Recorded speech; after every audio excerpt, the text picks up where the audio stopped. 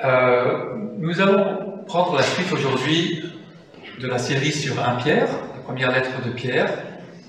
Donc Pierre, l'apôtre désigné par Jésus-Christ. Et donc nous allons lire le verset 6 du premier chapitre. C'est ce qui fait votre joie, même si maintenant, puisqu'il le faut, vous êtes pour un peu de temps attristés par diverses épreuves.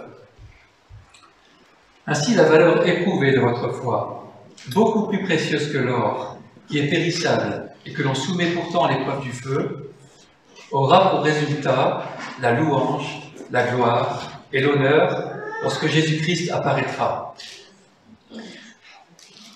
Vous l'aimez sans l'avoir vu. Vous croyez en lui sans le voir encore. Et vous vous réjouissez d'une joie indescriptible et glorieuse. Parce que vous obtenez le salut de votre âme pour prix de votre foi. C'est ce qui fait votre joie. Qu'est-ce qui faisait la joie des premiers destinataires? Disséminé à travers l'Asie mineure, et ce qui a fait la joie de tous les chrétiens depuis, et qui fait notre joie, à nous qui le sommes aujourd'hui. Tout à l'heure, nous avons chanté notre joie parce que Dieu règne. Ah oui, c'est déjà un sujet de joie énorme, et parfois on l'oublie. Mais c'est aussi ce que Pierre dit, ce que nous avons vu dans les 2 messages précédents. Comme pour les premiers chrétiens, ce qui fait notre joie, c'est que Dieu nous a choisis dans sa grande bonté. Il nous a choisis en nous purifiant et nous faisant naître de nouveau en Jésus-Christ. Par cette nouvelle naissance, initiée par Dieu lui-même, les chrétiens reçoivent une nouvelle identité qui les transforme de l'intérieur et une nouvelle citoyenneté qui redéfinissent leur relation avec Dieu, leur relation dans l'Église et leur relation dans le monde environnant. Dieu a fait cela pour que nous participions à sa sainteté et il nous garde avec puissance jusqu'à ce que nous entrions en possession de l'héritage céleste qui nous est réservé. Dieu a fait pour nous de grandes choses et un futur merveilleux nous attend. Tout cela est disponible en le recevant par la foi en lui. Ces choses-là, nous les avons vues dans les 2 premiers messages. Alors nous nous réjouissons dans ce salut que Dieu nous a apporté, cette place privilégiée dans l'histoire de l'humanité, mais que Dieu offre à tous et que nous recevons avec gratitude. Mais avant de recevoir cet héritage, Dieu veut faire un travail en nous. Il y a une transformation que nous devons vivre. Une transformation qui est nécessaire. Et c'est ce qui ressort dans l'expression « puisqu'il le faut ». C'est ce qui fait votre joie, même si maintenant, puisqu'il le faut, vous êtes pour un peu de temps attristés par diverses épreuves. Nous avons placé notre foi dans le salut qui nous est offert en Jésus-Christ, mais notre foi a besoin d'être purifiée. Nous aimons le Seigneur, mais nous avons encore parfois le cœur partagé, n'est-ce pas? Nous aimons le Seigneur, mais d'autres choses rivalisent encore dans notre cœur avec lui. Nous pouvons aussi laisser de mauvaises choses nous habiter, de mauvaises habitudes, des façons de penser qui ne sont pas à la gloire de Dieu. Comme le joaillier qui désire que l'or avec lequel il va faire un beau bijou soit pur, Dieu désire que notre foi en lui, qui lui est si précieuse, soit épurée. Et c'est ce qui ressort dans ce qui vient après cette expression, puisqu'il le faut. Et dans le verset 7, donc, puisqu'il le faut, vous êtes pour un peu de temps attristés par diverses épreuves, ainsi la valeur éprouvée de votre foi, beaucoup plus précieuse que l'or, qui est périssable et que l'on soumet pourtant à l'épreuve du feu, aura pour résultat la louange, la gloire et l'honneur lorsque Jésus-Christ apparaîtra. Pourquoi notre foi est-elle si précieuse? Premièrement, parce qu'elle est rare dans ce monde. Là où tout l'or du monde ne peut acheter quoi que ce soit auprès de Dieu, encore moins le salut éternel, la foi, elle, reçoit tout ce que Dieu a en réserve pour ses enfants. Elle peut, on pourrait dire entre guillemets, acheter, en tout cas recevoir bien plus, bien au-delà de ce que l'or peut faire. La foi seule peut faire cela, recevoir de Dieu ce qu'il a préparé, cet héritage. La foi est bien plus précieuse que toute richesse matérielle, mais on parle ici de vraie foi, d'une vraie confiance en Dieu.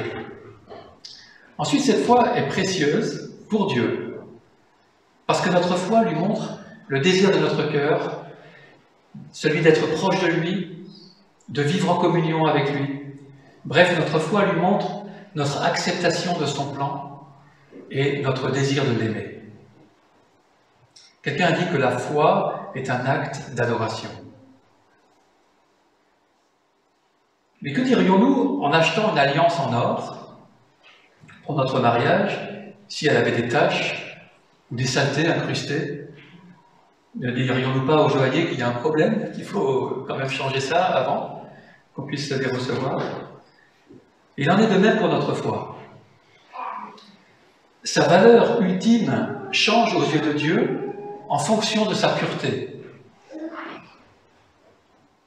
Dieu nous aime, mais si notre foi est entachée, cela lui fera moins plaisir. Notre adoration en sera amoindrie, ainsi que toute notre relation avec lui.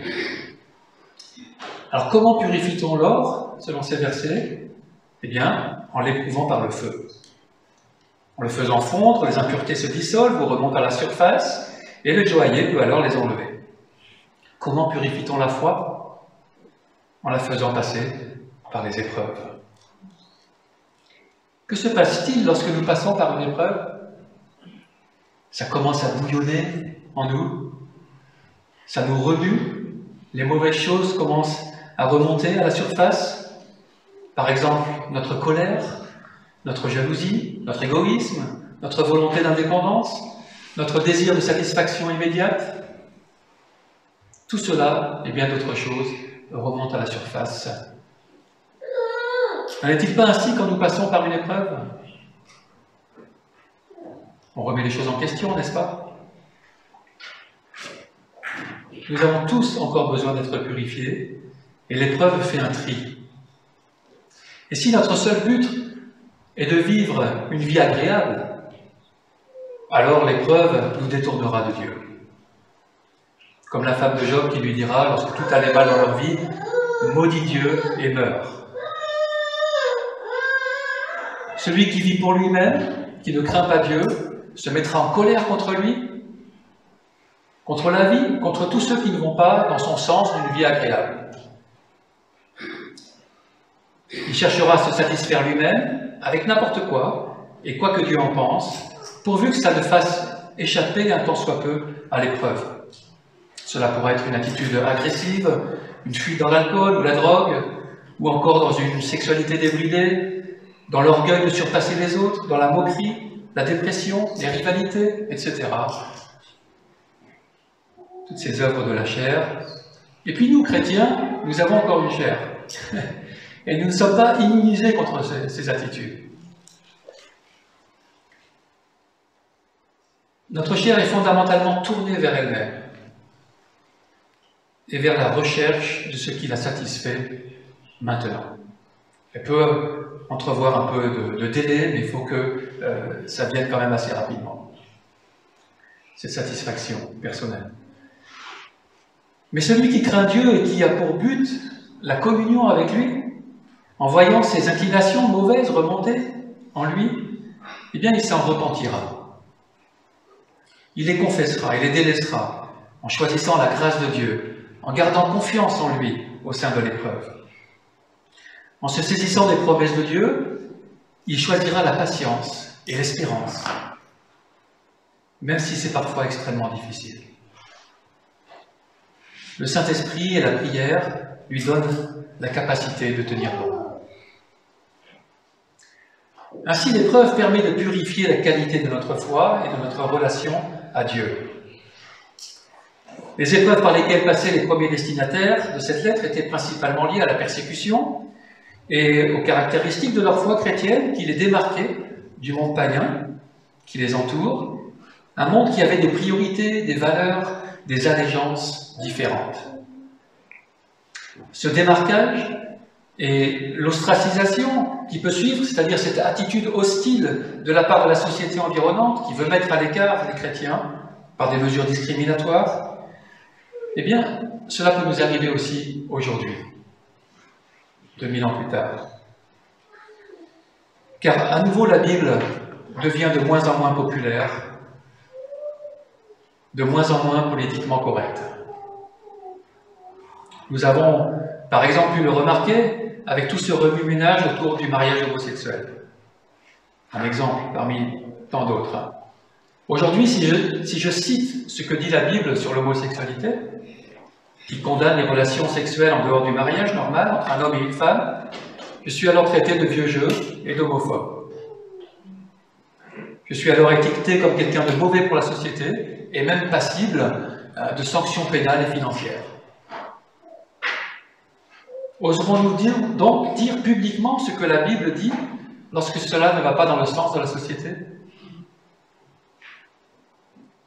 Ce message va être publié sur YouTube. Et s'il tombe entre de mauvaises mains, il pourra être utilisé contre moi, alors que je ne fais que relayer un message multimillénaire sur l'intention divine du mariage révélé dans la Bible. Nous croyons que Dieu n'approuve pas l'homosexualité.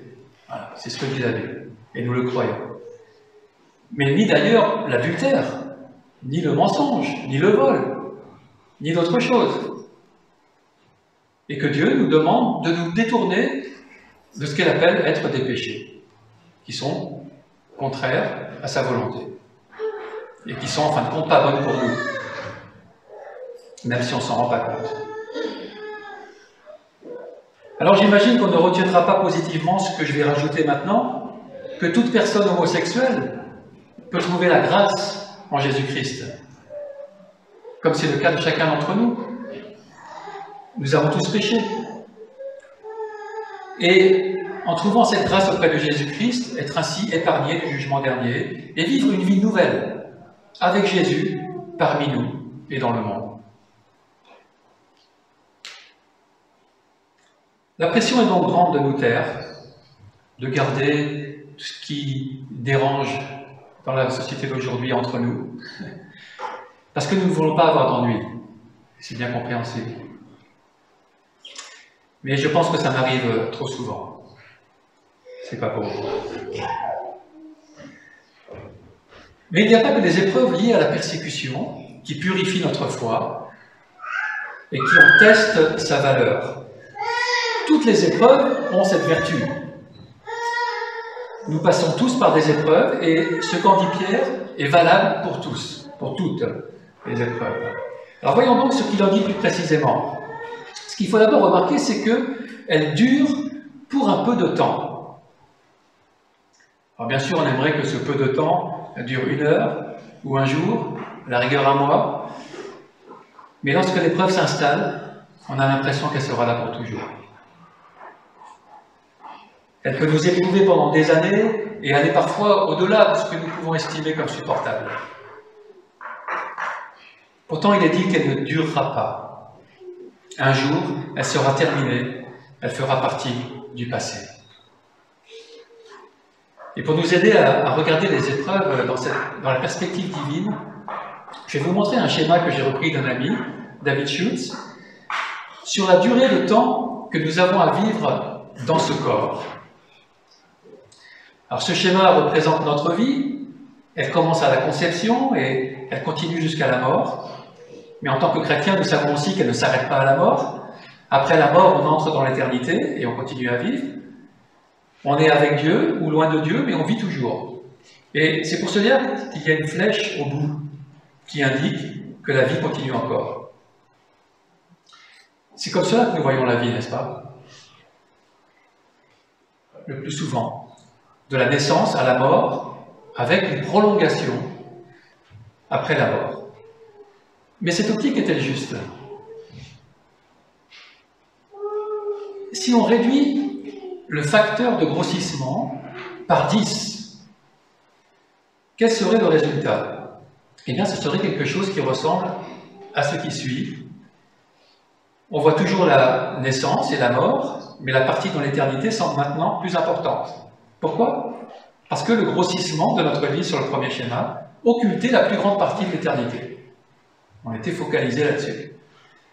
La vie sur cette terre remplissait presque tout le cadre et donnait l'impression que l'éternité était un détail en fin de compte sur le bord, quelque chose de, voilà, de plus loin là-bas. Et quand on prend un peu plus de recul, la vie dans la chair semble occuper déjà une proportion moins importante de l'ensemble. La partie éternité, par contre, étant justement éternelle, dépasse toujours le cadre, et on peut refaire la même chose une seconde fois, par exemple, en réduisant encore le facteur de 10, et on a ce schéma. La vie sur cette terre est tellement télescopée qu'on a l'impression que la mort suit presque immédiatement la naissance, mais la partie dans l'éternité dépasse toujours le cadre. On peut refaire cette démarche autant de fois que l'on veut, et le schéma suivant nous montre ce que ça donne. Par rapport à l'éternité, la naissance et la mort se confondent. On ne distingue même plus la vie sur cette terre dans l'ensemble, mais la partie dans l'éternité dépasse toujours le cadre. Et on découvre que l'optique du schéma de départ était complètement faussée. Nous avons l'impression que la vie ici-bas est démesurément importante, alors qu'elle n'est qu'un détail quand on la considère depuis l'optique d'un Dieu éternel. Maintenant, accrochez-vous bien. Si on reprend la même démarche pour l'établir avec un pourcentage, ça c'est peut-être plus pour les matheux, le pourcentage de notre vie sur cette terre, quel serait le résultat? Alors on se doute que le pourcentage ne serait pas très grand, mais vous allez voir à la fin que le résultat est vraiment surprenant. Pour prendre un chiffre facile, admettons que l'on vive 100 ans sur cette terre. Okay? Imaginons que la durée totale de la vie éternelle soit de 10 000 ans. Alors bon, bien sûr, je sais, il est évident que l'éternité dure plus que 10 000 ans, mais imaginons cela, juste pour la démarche de la démonstration. C'est-à-dire 100 ans ici et 9 900 ans dans l'éternité. Le résultat serait de 1% pour la vie maintenant et 99% dans l'éternité. Considérons maintenant une durée totale de 100 000 ans. 100 ans ici et 99 900 ans dans l'éternité. Le résultat n'est plus que de 0,1% ici, alors que 99,9% se situerait dans l'éternité. Et pourtant, même 100 000 ans ne sont qu'un commencement, n'est-ce pas? Si on parle d'éternité, on peut continuer de cette façon aussi longtemps qu'on veut. Alors combien voulez-vous prendre en compte? 10 millions? 10 milliards? Ce n'est pas trop. Même 10 milliards d'années ne sont qu'un début en ce qui concerne l'éternité. Quand on pousse le raisonnement jusqu'au bout, le résultat est stupéfiant. Si nous prenons en compte l'éternité, qui est infinie par définition, le pourcentage de ma vie sur Terre actuelle ne dépasse plus alors que les 0%. Nous ne pouvons plus mettre de 1 à la fin des 0. Parce que si on décide de mettre un 1, c'est que l'éternité s'arrête. Il ne nous reste plus alors que des zéros pour représenter le temps de notre vie actuelle. On peut dire que c'est précisément la perspective que Dieu a de notre vie sur Terre.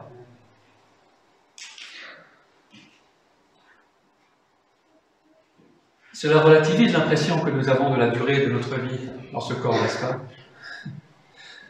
C'est pas comme ça qu'on a l'habitude de le voir. Hein. Parfois, nous pouvons être tentés de dire à Dieu, « Tu ne comprends pas ce que nous vivons. » Mais Dieu pourrait répondre, « C'est vous qui ne comprenez pas. » Certains parmi nous vivent des épreuves, plus ou moins fortes, plus ou moins longues, mais toutes peuvent avoir un rôle positif, même les pires. Et vient le temps où elles seront du passé. Les épreuves, toutes les épreuves font partie du 0%. Je sais que c'est facile à dire et bien plus difficile à vivre, mais prenons courage, mes frères et sœurs. Dieu connaît nos souffrances, il n'y est pas insensible, il en a expérimenté lui-même en s'incarnant en Jésus, jusqu'à la souffrance sur la croix, en portant le péché de l'humanité. Et aussi la souffrance qu'il a de voir l'état de l'humanité. Mais il veut nous aider à passer à travers nos souffrances pour en tirer un bien éternel pour lui et pour nous aussi. Les épreuves sont donc pour un temps, pour un peu de temps. Ensuite, il est dit que les épreuves sont diverses. Nous en éprouvons de différentes sortes, chacun dans notre vie, et à différents moments. Une sorte d'épreuve qui peut venir en tout temps, persécution ou pas, c'est l'épreuve qui va révéler nos priorités. Quelles sont nos priorités? Ce genre d'épreuve va montrer si Dieu a pour nous la priorité dans nos vies et dans nos relations. Elle va montrer s'il y a des choses ou des personnes qui sont plus importantes que Dieu pour nous. Par exemple, lorsque quelqu'un vient d'un milieu non chrétien et qu'il se convertit à Christ, il a souvent un choix d'allégeance à faire. Qui, de Dieu, de la famille, des copains, des relations au travail, va l'emporter dans les choix qu'il va faire? Jésus avait dit en Luc 14, 26, « Si quelqu'un vient à moi et n'est pas prêt à renoncer à son père, sa mère, sa femme, ses enfants, ses frères, ses sœurs, et même à son propre moi, il ne peut être mon disciple. » Cette épreuve peut se présenter à nous de manière différente, souvent sous la forme de décisions que nous devons prendre, entre Dieu ou quelqu'un, entre Dieu ou une activité, entre Dieu ou une possession. Mais son objectif est le même, révéler si Dieu est à la place qu'il devrait avoir dans nos vies. Dieu a-t-il la première place? La suprématie dans nos vies? Il n'y a pas d'autre place qui lui convienne. Il est le Créateur. Il est à l'origine, la raison, le but et le centre de l'univers. Nous n'existons que pour lui. Rien ni personne n'est plus important que lui.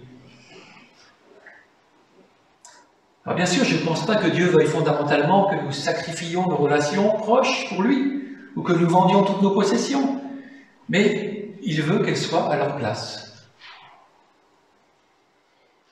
Et c'est pourquoi il demandera d'ailleurs à certaines personnes de faire quand même ces choses, afin de vérifier qui l'emportera. Il demandera par exemple à Abraham de sacrifier son fils Isaac, ce fils tant attendu, si précieux pour Abraham. Ou il demandera aussi à un jeune homme riche de se débarrasser de toute sa richesse et de la donner aux pauvres. Abraham passera le test. Et Dieu l'empêchera alors de faire du mal à son fils. Mais le jeune homme riche échouera au test. Et Jésus ne le retiendra pas. Mais ce qui importe à Dieu, ce n'est pas que nous sacrifions quelque chose, c'est qu'il ait la place suprême et normale qui lui revient dans nos vies. Un autre genre d'épreuve qui peut venir en temps de persécution, mais aussi à n'importe quel moment de la vie, c'est celle qui est liée à la confiance en Dieu pour notre subsistance. Les personnes persécutées sont très souvent amenées, dans leur choix pour Dieu, à vivre une diminution de leurs revenus et une diminution de leur sécurité matérielle. Elles peuvent perdre leur emploi, ou perdre le soutien de leur famille, elles peuvent perdre leurs biens, qui peuvent leur être confisqués ou dérobés. Et Jésus dira au sujet de ce qui fait notre subsistance, la nourriture et le vêtement, de chercher premièrement le royaume de Dieu et sa justice, et toutes ces choses nous seront données par-dessus. Lorsque Jésus apprendra aux disciples à prier, il inclura cette requête au Père, « Donne-nous notre pain de chaque jour ». Et c'est dans cette dépendance et cette confiance que Dieu aimerait nous voir. Il a essayé d'apprendre cela aux Israélites depuis toujours.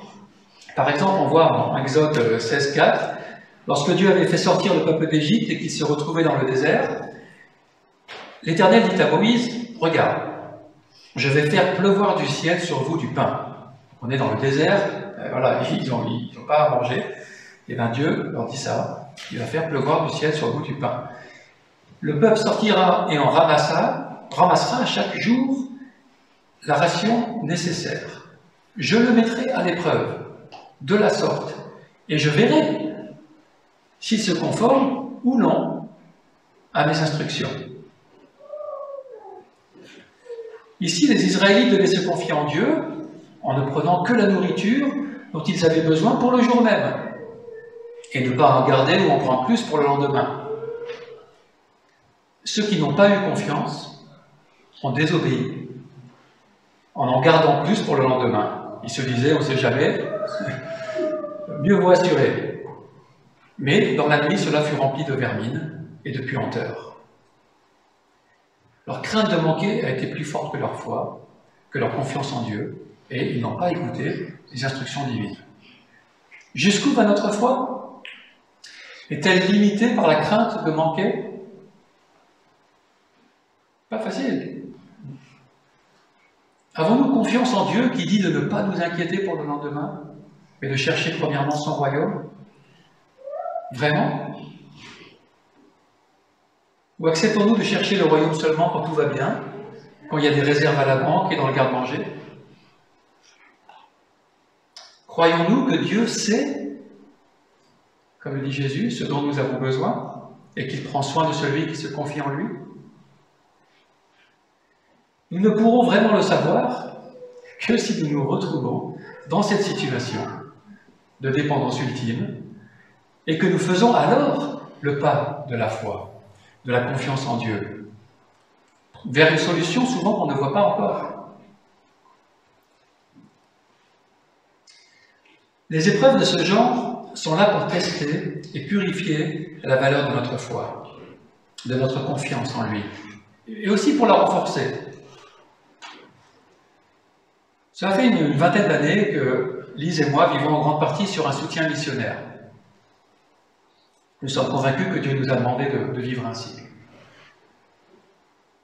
Mais nous sommes régulièrement affectés par des baisses de soutien financier, par des charges supplémentaires ou par des incertitudes concernant l'avenir. Et je peux vous dire que lorsque ça arrive, lorsque notre compte missionnaire devient négatif, et c'est arrivé plusieurs fois qu'il soit négatif de plusieurs milliers d'euros, eh bien, ça commence à bouillonner en moi. Cette épreuve qui commence à faire son épuration, la température monte, un processus d'épuration qui s'enclenche. Et puis, dans ce bouillonnement, j'envisage les pires scénarios. Qu'est-ce qui pourrait nous arriver? L'inquiétude et le doute remontent à la surface. Et c'est là que les vraies questions se posent à ce moment-là. Que vais-je faire? Dois-je continuer à servir ainsi le Seigneur? Dois-je reprendre un travail séculier à plein temps? Il n'y a pas de mal à ça. Et ce qui est important, c'est de savoir qu'est-ce que Dieu veut qu'on fasse. Comment savoir? Comment décider? Quelles sont mes vraies motivations? En quoi ou en qui se trouve ma sécurité? Ça, c'est la question principale quand tout nous manque, quand on commence à craindre. Et ce que Dieu attend de moi dans ces situations, c'est que je me confie en lui. Et non seulement il s'est toujours montré fidèle pour pourvoir à nos besoins, parfois bien plus tard que ce qu'on aurait aimé, et souvent de manière complètement inattendue. Franchement, on a des fois reçu des milliers d'euros d'une personne qu'on ne connaît même pas. C'est incroyable. Et même lorsque ma foi était bien faible, je ne veux pas dire que j'avais une grande foi. Dans ces situations-là, je suis vraiment au ras des pâquerettes. Mais en plus, à travers ces épreuves, plusieurs choses mauvaises ont pu ressortir de moi. Comme des mauvaises motivations, de l'orgueil, le désir d'indépendance, de plus dépendre de Dieu, et de trouver ma sécurité ailleurs qu'en Dieu. L'épreuve permet de faire venir à la lumière ces choses, des choses que je peux alors confesser et apprendre à délaisser. Deutéronome 8.2 décrit bien cela, ce qu'ont vécu les Israélites, quand il leur dit « N'oublie jamais tout le chemin que l'Éternel, ton Dieu, t'a fait parcourir pendant ces 40 ans dans le désert, afin de te faire connaître la pauvreté pour t'éprouver. Il a agi ainsi pour découvrir tes véritables dispositions intérieures et savoir si tu allais ou non obéir à ses commandements. Il n'y a pas de raccourci pour cela. C'est l'épreuve qui montre la qualité de notre confiance en Dieu, de notre foi en Dieu, et qui permet de la purifier. Gardons-nous confiance en lui à travers l'épreuve? Il n'est pas trop tard pour commencer ou recommencer lorsqu'on a failli. Je dois dire que j'ai failli bien des fois. Mais ce n'est pas le but de Dieu de nous faire rester écrasés par terre, hein. C'est de nous faire avancer, qu'on puisse expérimenter la confiance qu'on peut avoir en lui, qu'il est fidèle. Le but de Dieu est que nous découvrions qu'il est digne que nous placions notre foi en lui. Son but est de fortifier notre foi et non pas de la détruire. Le livre des Juges nous dit aussi que Dieu allait utiliser les nations étrangères autour des Israélites pour les éprouver dans leur attachement à lui. Vous voyez, ce n'est pas que des textes isolés. Hein. On voit ça à travers toute la Bible. Il dit au chapitre 2, verset 22 du livre des Juges, « Les nations étrangères me serviront à éprouver les Israélites pour voir si oui ou non ils suivent la voie que je leur ai prescrite et m'obéissent comme l'ont fait leurs ancêtres. »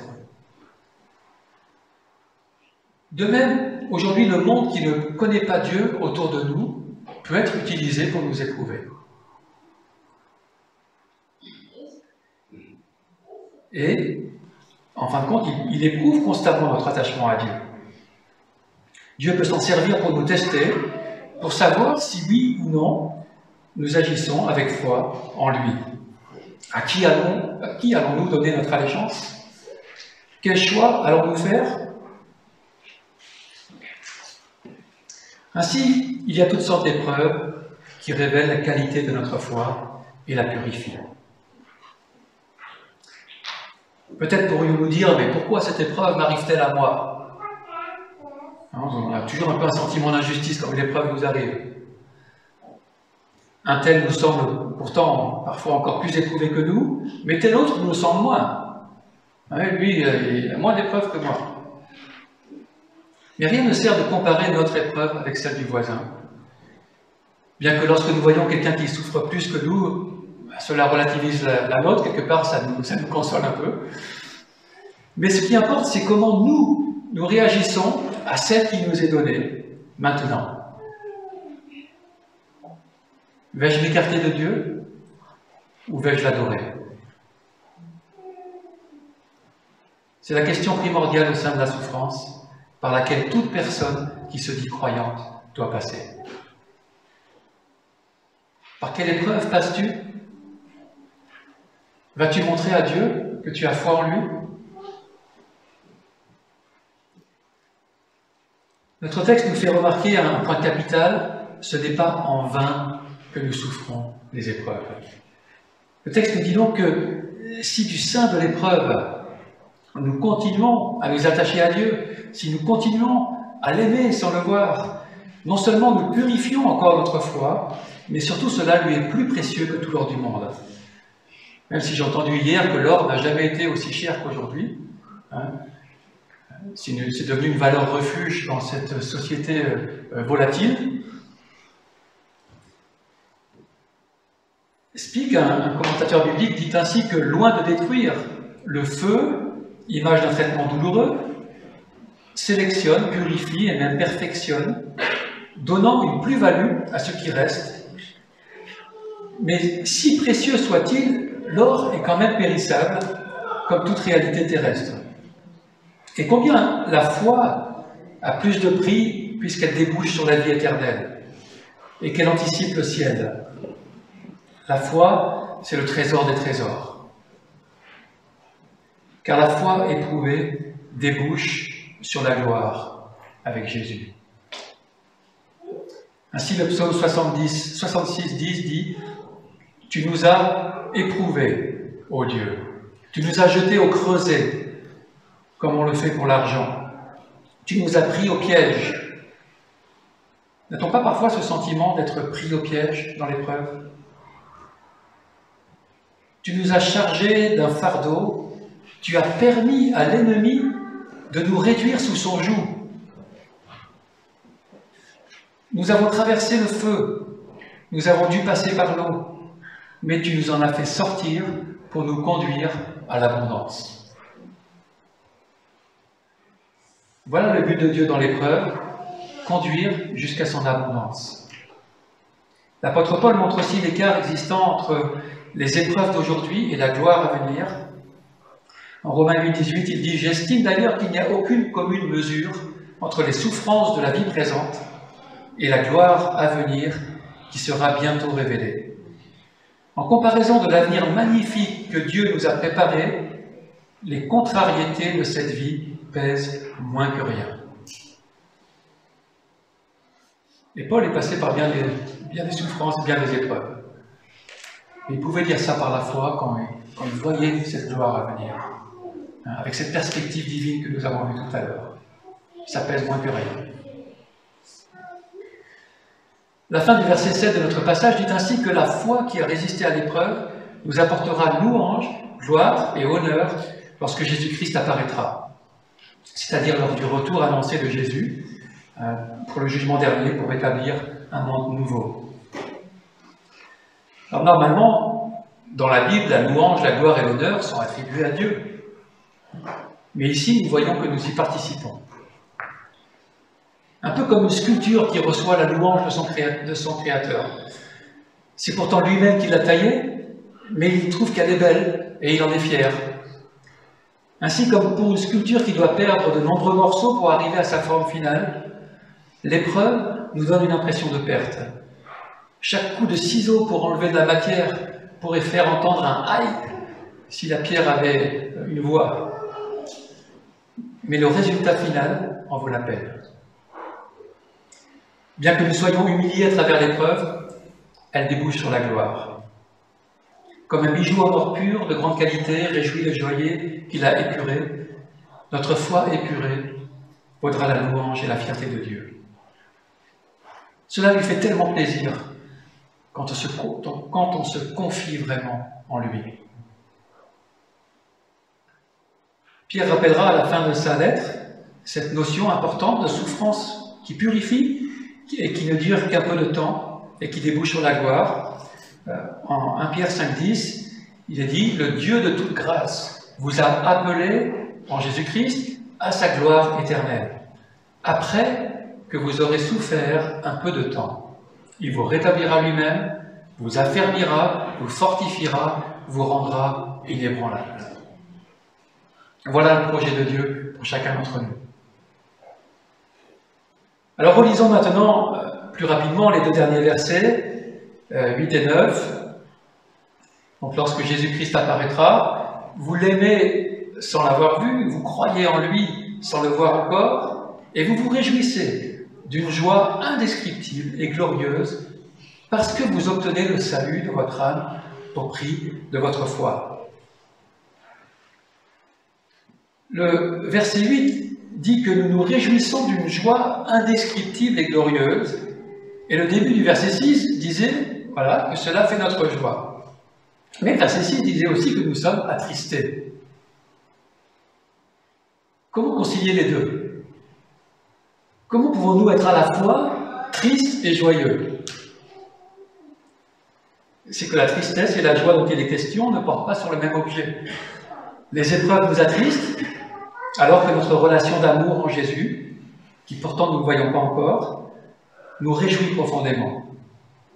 Tout ce que Dieu a en réserve pour nous, tout ce que Dieu a déjà fait pour nous. Le mot traduit par indescriptible ne se trouve qu'ici dans le Nouveau Testament.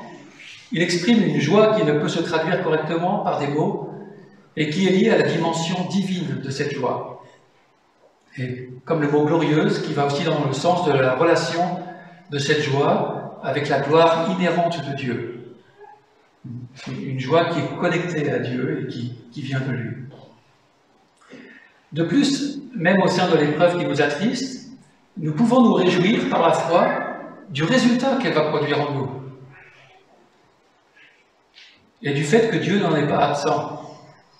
Je dois vous dire que j'ai encore du mal à me réjouir dans les épreuves. Je ne sais pas pour vous, mais en tout cas, les Écritures nous encouragent à cela. Vous connaissez peut-être ces mots de l'apôtre Jacques, des mots qui peuvent être choquants pour notre chair, et qui pouvaient dire au chapitre 1, verset 2 de sa lettre, « Mes frères et sœurs, considérez comme un sujet de joie complète les diverses épreuves auxquelles vous pouvez être exposés, sachant que la mise à l'épreuve de votre foi produit la persévérance, mais il faut que la persévérance accomplisse parfaitement sa tâche, afin que vous soyez parfaitement qualifiés, sans défaut, et qu'il ne vous manque rien. » Voyons-nous les épreuves comme un sujet de joie complète? Quelqu'un peut lever la main? Nous avons encore à progresser, n'est-ce pas, dans notre attitude face à l'épreuve. Cela veut aussi dire que notre foi doit encore être purifiée et doit encore être amenée à maturité. C'est par la foi que nous nous approprions les promesses de Dieu et nous devons la mettre en action au sein des difficultés, alors même que nous ne voyons pas encore l'issue bien souvent. Donc nos versets 8 et 9 nous montrent quels sont l'objet et le but de notre foi. L'objet de notre foi est Jésus. Nous avons placé notre confiance en lui et en son œuvre sur la croix. Il est pleinement suffisant pour nous sauver de la condamnation de nos péchés. Et c'est au travers de lui que la grâce de Dieu nous est accordée. Nous l'aimons et nous croyons en lui. Le verbe traduit par « croyer » ici signifie mettre sa confiance en ou dépendre de. Nous avons mis notre confiance en Christ, nous dépendons de lui pour notre salut et pour notre vie ici-bas, pour passer à travers les épreuves.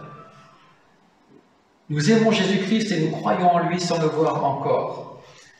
Pour l'instant, nous le voyons avec le cœur, avec les yeux de la foi, mais ces mots, sans le voir encore, nous laissent apercevoir ce moment béni qui vient, où nous le verrons et serons avec lui pour toujours. Jésus est l'objet de notre foi. Alors quel est le but de notre foi? Littéralement, le verset 9 dit « Obtenant le but de la foi, le salut de vos âmes ». Lorsque Jésus-Christ apparaîtra pour juger le monde, comme l'affirme la Bible à maintes reprises, la foi éprouvée de ceux qui l'aiment sera pleinement révélée.